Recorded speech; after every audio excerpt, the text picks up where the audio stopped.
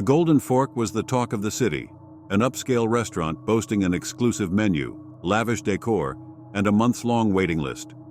Celebrities, politicians, and the wealthy all vied for a chance to dine there, lured by whispers of the most exquisite dishes they'd ever tasted.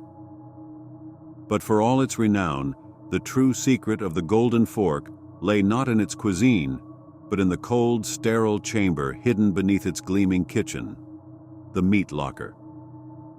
Kevin was just a delivery driver, new to the city and desperate for work. When he got the call to deliver a package to the Golden Fork, he was thrilled. The tip alone could cover a week's worth of gas. The instructions were simple: arrive after midnight and use the back entrance. Strange, but he assumed the late delivery was to avoid disrupting the restaurant's high-end clientele. The rear of the restaurant was a stark contrast to its opulent facade. Dimly lit, it reeked of grease and bleach. Kevin knocked twice on the unmarked metal door as instructed. It creaked open just enough to reveal a man in a spotless white apron, his face unreadable. "You're late," the man said, his voice low and clipped. Without waiting for a response, he gestured for Kevin to follow. Kevin stepped inside, clutching the package. The air was frigid, and the faint hum of industrial freezers filled the silence. The man led him through the kitchen, a pristine expanse of steel countertops and polished appliances, and down a narrow set of stairs. At the bottom, Kevin hesitated. The air was colder here, heavy with an unpleasant metallic tang. The man unlocked a large steel door and pushed it open, revealing a room lined with shelves of neatly wrapped packages labeled in a precise, elegant script. "Put it there," the man said, pointing to an empty spot on the shelf. Kevin complied, glancing around uneasily. "What is all this?" he asked, his breath fogging in the chilled air. "Inventory," the man replied curtly, offering no further explanation. As Kevin turned to leave, he noticed a dark stain on the floor, leading toward a drain in the center of the room. His stomach tightened. The next delivery came 2 nights later. This time the package was heavier, its contents shifting ominously as Kevin carried it down the stairs. The man was waiting, his apron now stained with reddish streaks.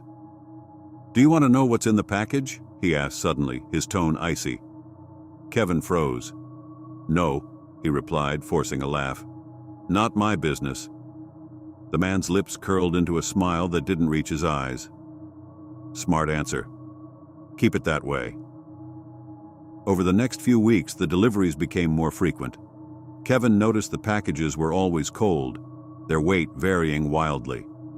Once he swore he felt something resembling a hand through the thin wrapping.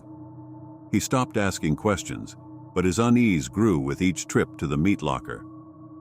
One night, after a particularly heavy delivery, Kevin's curiosity got the better of him.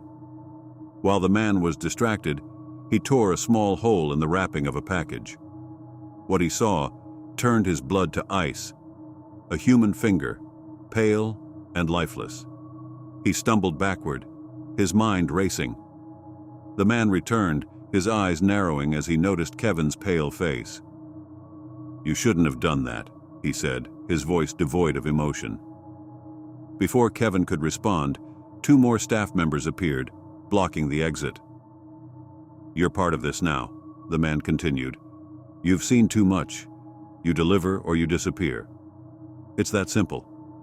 From that moment on, Kevin became a prisoner of the Golden Fork. Every delivery, every trip to the meat locker was a reminder of the grim reality beneath the restaurant's glitzy veneer. He couldn't quit. They knew where he lived, who he cared about. Escape seemed impossible. The customers, oblivious to the horrors behind their meals, raved about the dishes, praising the chef's artistry.